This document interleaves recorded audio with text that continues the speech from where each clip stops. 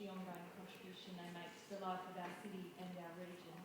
What a great pleasure it is to be with you here tonight to launch Felicity's debut novel and here in our much beloved National Library.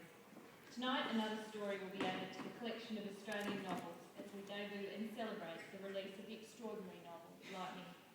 As Chief Minister, one of the concessions I've had to make as I deal with a demanding job and a demanding home life is that I'm no longer able to read books as much as I have in the past. Now, don't get me wrong, I do plenty of reading, more than I'd like at times, but reading for pleasure is something that is largely confined to holidays. So it was a great pleasure when reading for pleasure and reading for work combined, and I sat down for a few minutes to start Lightning several weeks ago. Several hours later, I emerged, totally hooked on the book, and of course on the intertwined stories of Persia and Ahmed. And I managed to finish the book in just 2 sittings, which I think is unheard of since I've taken on this job almost 2 years ago. It is hard at a book launch to go through all the things you like or loved about the book, and because you want to talk about all the characters and talk about the story and the bits that made you laugh and the bits that made you cry in a way that doesn't ruin it for people who haven't read the book. So I've tried to confine my comments into quite a general perspective on the book with Isaiah, because it's such a lovely story that I really don't want to ruin it for anyone. I found Lightning a beautiful and deeply moving novel. It's the story of grief and loss, of dislocation, isolation, but also of connections. It's a story of the harshness of Australia's environment, how it can destroy, but how it can heal in the same breath. It's the story of relationships we have with each other, the good, the bad, the dysfunctional, and we can all relate to those. It's also a story of an individual's need to be loved, to be understood, to be respected, and how healing that can be, and also the time it takes to achieve that peace.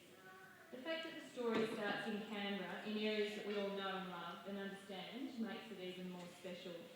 From the opening line, "It was a summer of mad winds," readers who were in Canberra at the time of the 2003 bushfires will immediately connect with the setting and the descriptions of that time.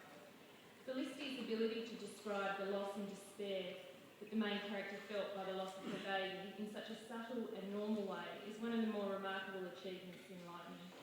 As a mother, I relate to the intense emotions and the heartbreak that Persia felt, and I immediately understood and sympathised with the decision she took to opt out of her life until she found peace with what had happened and what she had to do as a mother.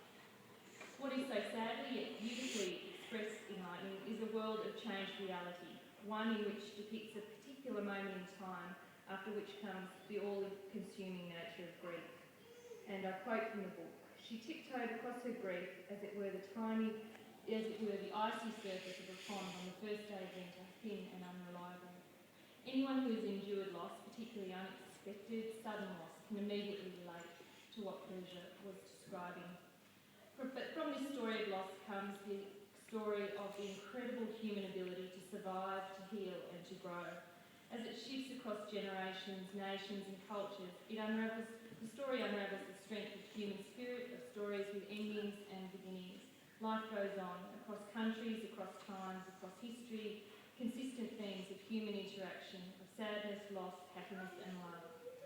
If I leave Persia just briefly and turn to the story of Ahmed, a wonderful, kind, patient and generous character, looking to belong and to understand his purpose